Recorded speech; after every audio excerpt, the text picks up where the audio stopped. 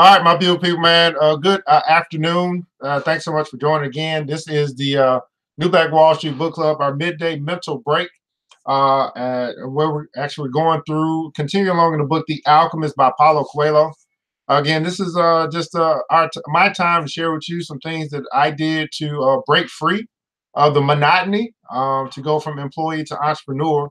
And it really started with a decision to make reading a priority in my life. And so I began to read, or not just began to read, but I continue along the process of reading good quality books.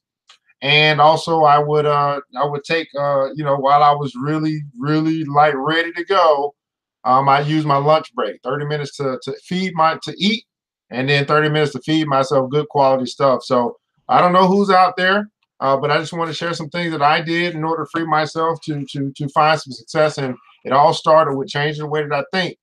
And I began to change my results and take control of my life. And so The Alchemist by Paulo Coelho, if you know anything about alchemy, it's all about turning lead into gold. And I want you to understand that you've got you got some lead inside of you that you can turn, you can change at any point in time. Good afternoon to you, Mr. Hugh Little. While you guys are joining on whatever platform, whether it be Facebook, YouTube, or Instagram, go ahead and let us know what city, what state you're connecting from. This is New Black Wall Street Book Club. I'm not going to waste too much of your time. I want to get right into it today. We'll pick up where we left off on episode 3 in The Alchemist. You know what time it is, man. It's time to hear that DJ hit the music. Oh, you know what? Let me go with some different music. Let's go with a little different music today. There we go. Yeah, let's do this. What? Let's do that. I think we can do that.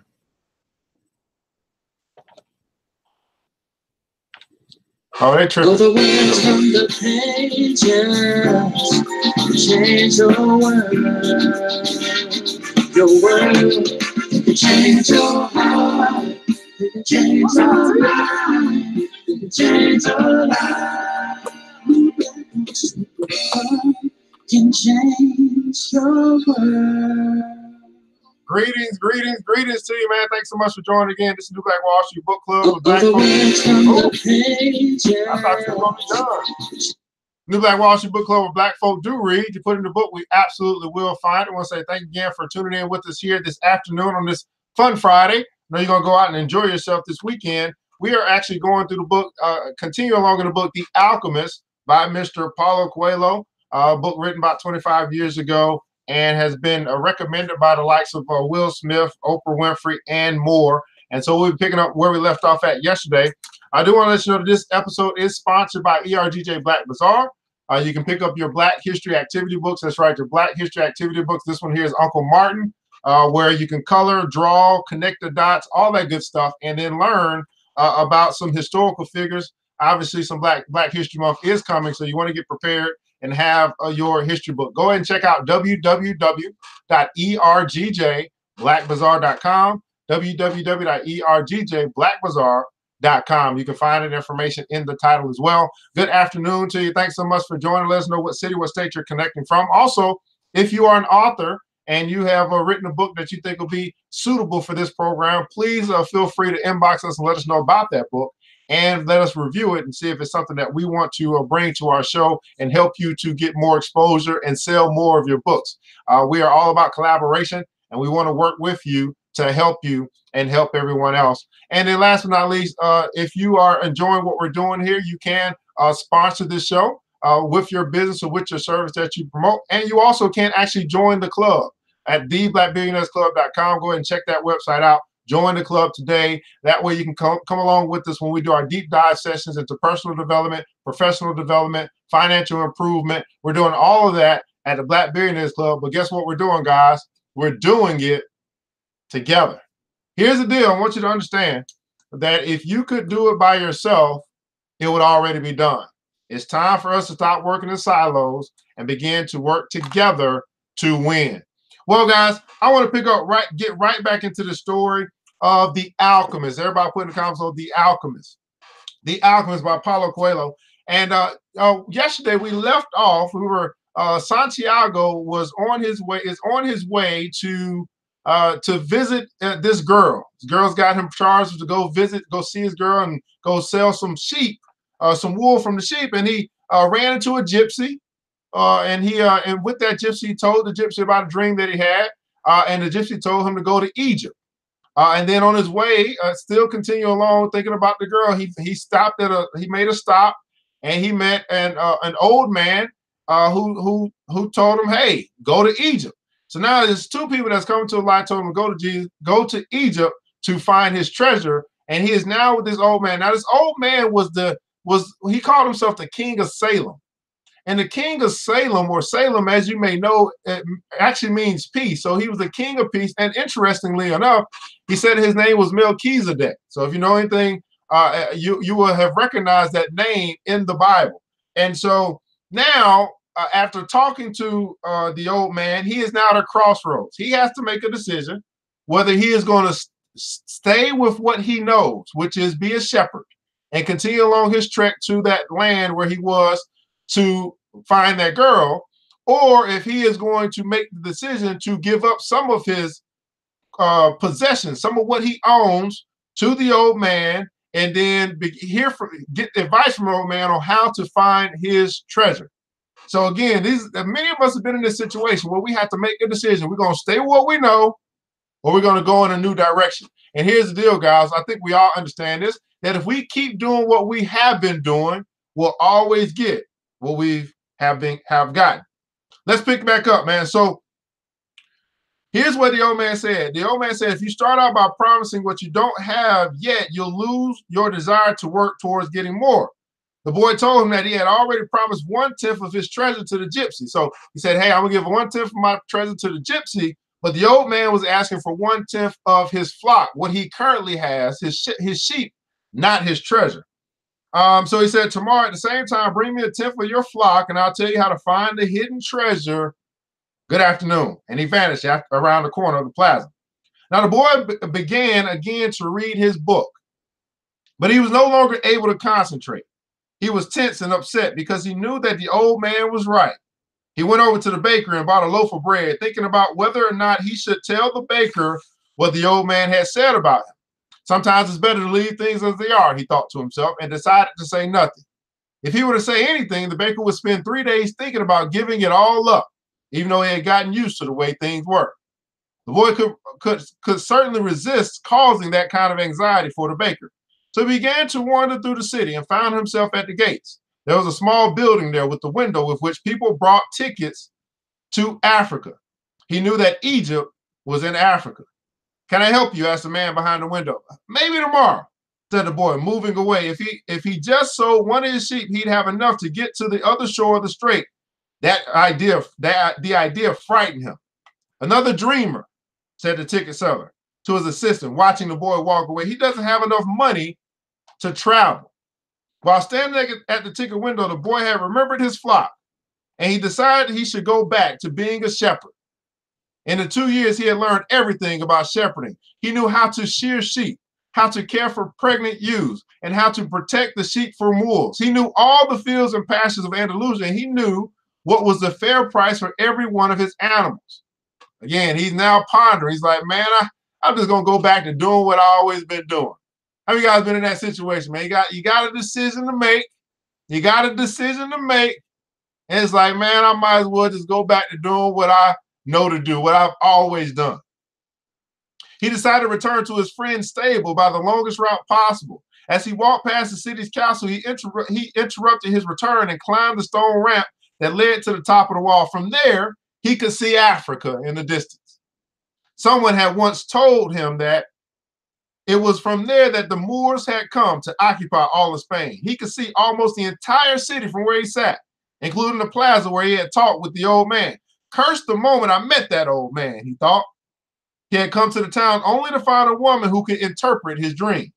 Neither the woman nor the old man was at all impressed by the fact that he was a shepherd. They were solitary individuals who no longer believed in things and didn't understand that shepherds become attached to their sheep. Shepherds become attached to their sheep. Here's my question to you this afternoon. What is it that you have become attached to that has now kept you from finding your treasure? Everybody put in the comments below attached. Let me ask that question again. What is it that you have become attached to that is now preventing you from leaving that which you have been attached to go find your treasure? Attached. Man, another word we can use is comfortable. We can use that word, comfortable. He knew everything about each member of his flock. He knew which ones were lame, which ones was to give birth 2 months from now, and which was the laziest. He knew how to shear them and how to slaughter them. If he ever decided to leave them, they would suffer. So he knew what he knew, but there were some things that he didn't know. It's called the fear of the unknown, which many of us deal with. It's like, oh, I know this job, and I've been doing it so long. I'm attached to it. I'm attached to the paycheck. It's comfortable. It's secure. And then you go through a government shutdown. Ain't so secure, right? Attached, comfortable, secure. I know this. Now that treasure that's in Egypt, that hidden treasure, that gold at the end of the rainbow, I don't know that too much. That's unknown. And I had to make that big decision myself. It's like, man, you know, the known is good, but the known, what I found, is capped. There is a limit. There is a ceiling to the known. There is no ceiling in the unknown. Man, and it's a difficult decision to make, guys. The wind began to pick up. He knew that wind. He knew that wind. The people called it the Levanter because of it, the Moors had come from the Levant at the eastern end of the Mediterranean. The Levanter increased in intensity. Here I am, between my flock and my treasure. Here I am at a crossroads between what I know, my flock, and what I don't know, my treasure. Here I am, the boy thought. Here I am. Oh, I like that. Put that in the comments below for me. Here I am, between my flock, the known, and my treasure, the unknown. Here I am between what I am used to, between that and what I really want. Here I am. He had to choose between something he had become accustomed to and something he wanted to have. There was also the merchant's daughter, but she wasn't as important as his flock because she didn't depend on him. Maybe she didn't even remember him. He was sure that it made no difference to her on which day he appeared. For her, every day was the same. And when each day is the same as the next, y'all remember that saying? Same day, same thing, different day. When each day is the same as the next, it's because people fail to recognize the good things that happen in their lives every day that the sun rises. When each day is the same as the next, it's because people fail to recognize the good things that happen in their lives every day that the sun rises. Here I am. I left my father, my mother, and the town council behind. They have gotten used to my being away, and so have I. The sheep will get used to me not being there too, the boy thought. From where he sat, he could have, think about this for a second.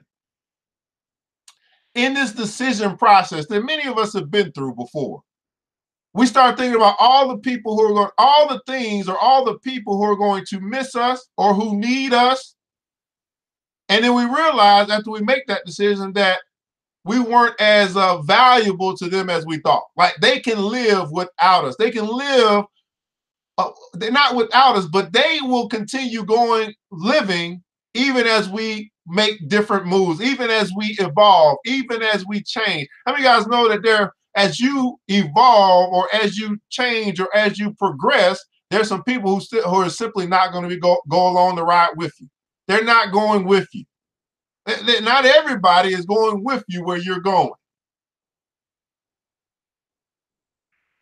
I left my father, my mother, and the town council. Now, I just remember I left all these people before I could lead these sheep.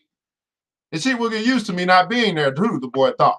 From where he sat, he could observe the plaza. Now, notice this as well. Before he got to the top of the wall and could see Africa and see this destination, the pyramids in Egypt, he had already determined, man, I'm going back to be a shepherd. But once he could see, once he could cast a vision on what was in front of him, now he's contemplating. Maybe you and I need to get a vision. We need to get a visual of this thing. That's why vision boards are pretty popular and pretty cool. Maybe we need to get, we need to see, we need to get a vision of where our treasure is. He's looking in Africa now. He had to go to down where he was below. Man, I'm about to go back where he be with the shepherd. But then he got up high and said, man, look at Africa. He's starting to think. Where he said he deserved the plaza, people continued to come and go from the baker's shop. A young couple sat on the bench where he had talked with the old man and they kissed. That baker, he said to himself without completing the thought. The levanter was still getting stronger and he felt its force on his face. The levanter is the wind. That wind had brought the Moors, yes, but it had also brought the smell of the desert and of veiled women. It had brought with it the sweat and the dreams of men who had once left to search for the unknown. Everybody put the gums on the unknown.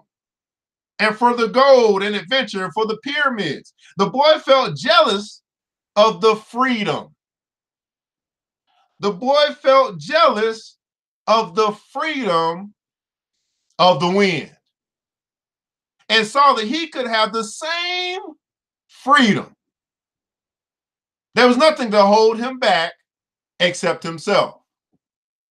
There was nothing to hold him back except himself. The sheep, the merchant's daughter, and the fields of Andalusia were only steps along the way to his personal legend. It took me a while to realize and come to the understanding that the only thing that was holding me back was myself. I made all the excuses in the world. I blamed everything else. It took a long time for me to come to the understanding and to recognize that the only thing that was holding me back was myself. The next day, the boy met the old man at noon. He brought 6 sheep with him. I'm surprised, the boy said. My friend bought all the other sheep immediately. He said that he had always dreamed of being a shepherd and it was a good omen. That's the way it always is, said the old man. And he's talking to the king or the king of Salem or the king of peace. It's called the principle of favorability. The principle of favorability. Everybody put a comments on favor.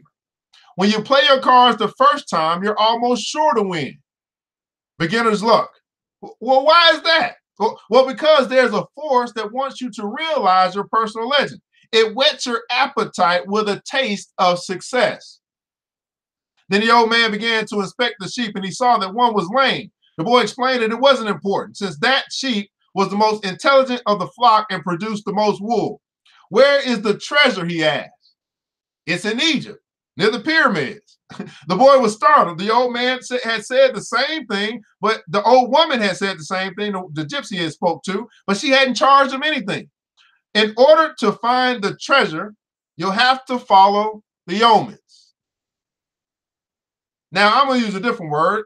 In order for you and I to find our treasure, we must follow, and I like to call it follow the clues. Success leaves clues. Follow the clues. Everybody put in the comments, so follow. In order to find the treasure, you will have to follow the omens. God has prepared a path for everyone to follow. You just have to read the omens that he left for you. Before the boy could reply, a butterfly appeared and fluttered between him and the old man. He remembered something his grandfather had once told him, that butterflies were a good omen. Like crickets and like grasshoppers, like lizards and four-leaf clovers. That's right, said the old man, able to read the boy's thoughts. Just as your grandfather taught you, these are good omens. The old man opened his cape and the boy was struck by what he saw. The old man wore a breastplate of heavy gold covered with precious stones. The boy recalled the brilliance he had noticed on the previous day. He really was a king. He must be disguised to avoid encounters with thieves. Take these, the old man said, holding out a white stone and a black stone. They are embedded at the center of the breastplate. They are called Urim and Thummim. The black signifies yes. The white, no. Isn't that interesting? The black signifies a yes, and the white, no. When you're unable to read the omen, omens, they will help you to do so. Always ask an objective question. Always ask an objective question. Always ask a question that you can get a yes or a no to. I think this is pretty important. How many of you guys, when you are in your prayer time or you're meditating or you're searching, you're asking objective questions so you can get a yes or a no? But if you can, try to make your own decisions. The treasure is at the pyramids. That you already know. But I had to insist on a payment of 6 sheep because I helped you to make your decision. How many guys have in your lifetime, you've actually found that you've made payments to help other people help you to make a decision? Matter of fact, that's what a lot of coaches do. That's what a lot of counselors do.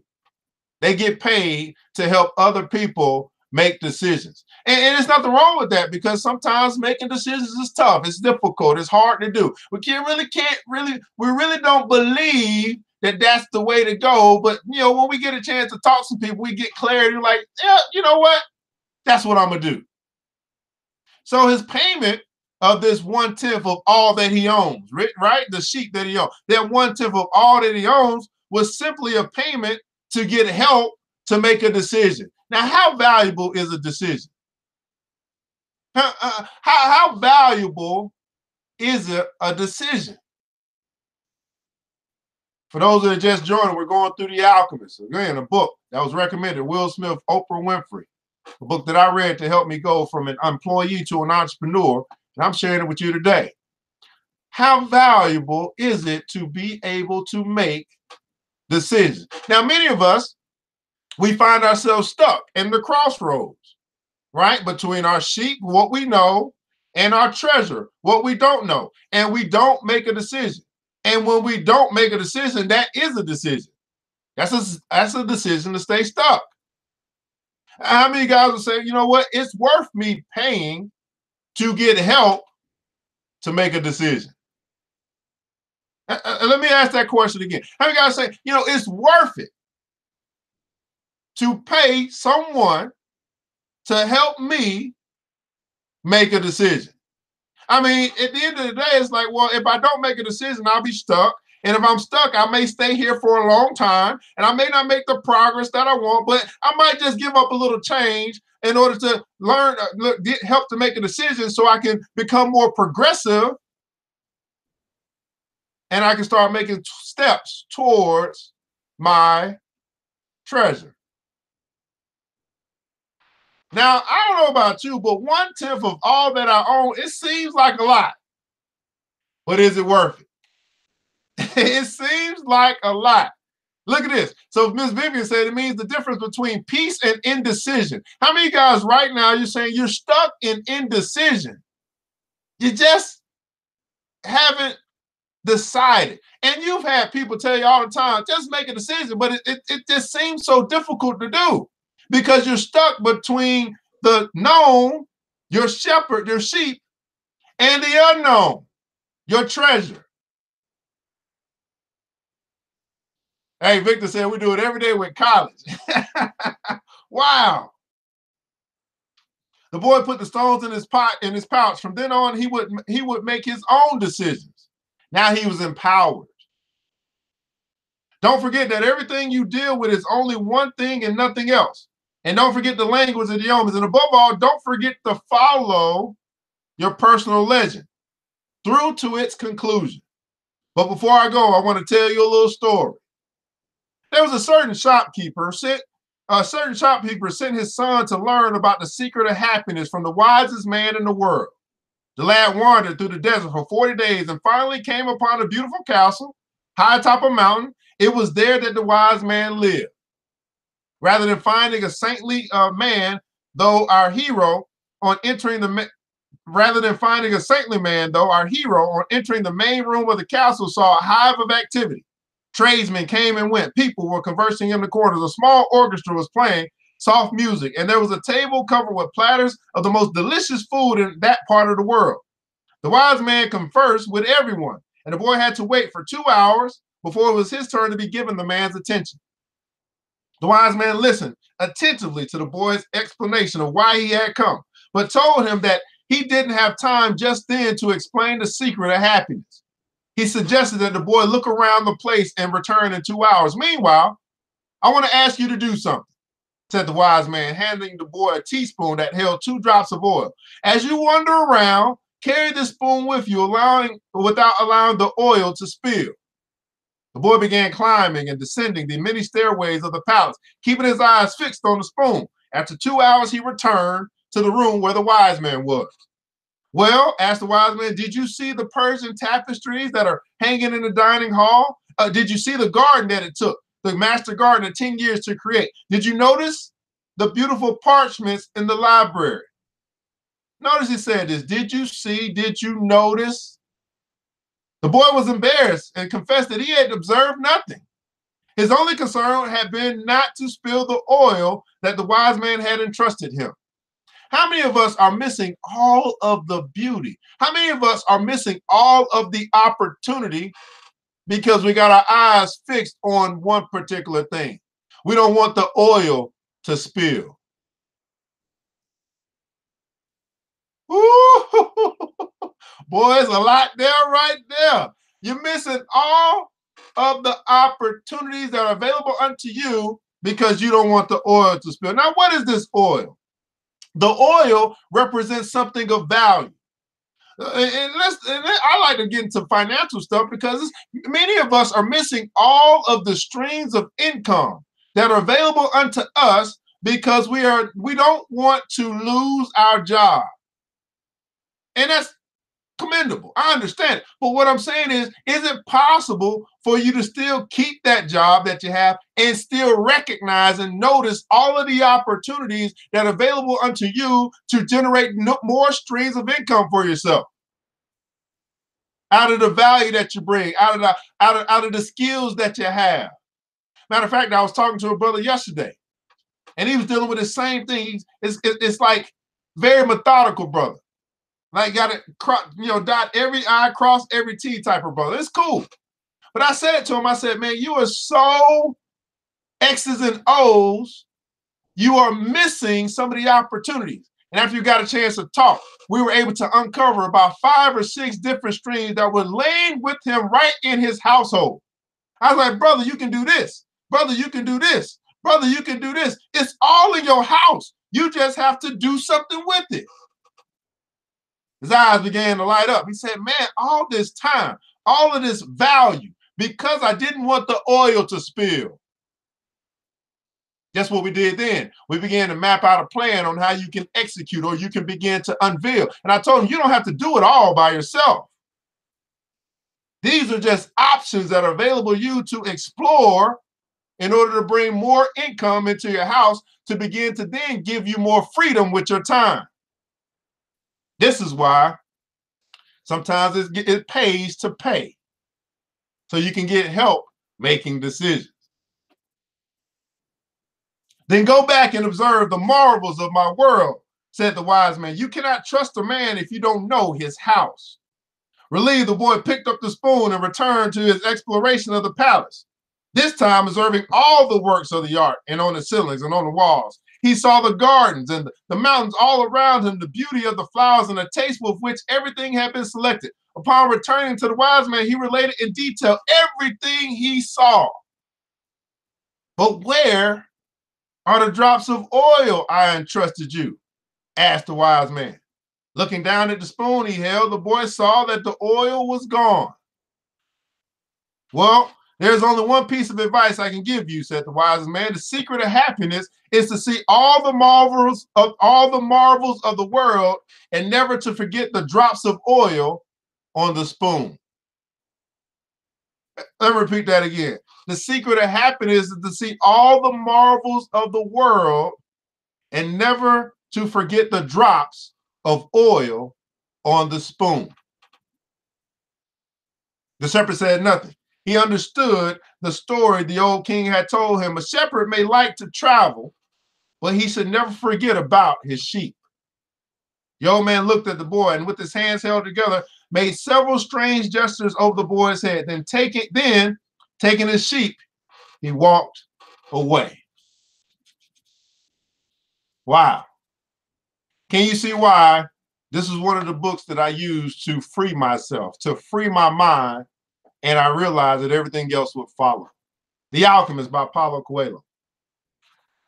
The secret of happiness, I want to read this one more time. The secret of happiness is to see all the marvels of the world, to see all of the opportunities available to us, to see all that is out here, and never to forget the drops of oil on the spoon, never to forget our value.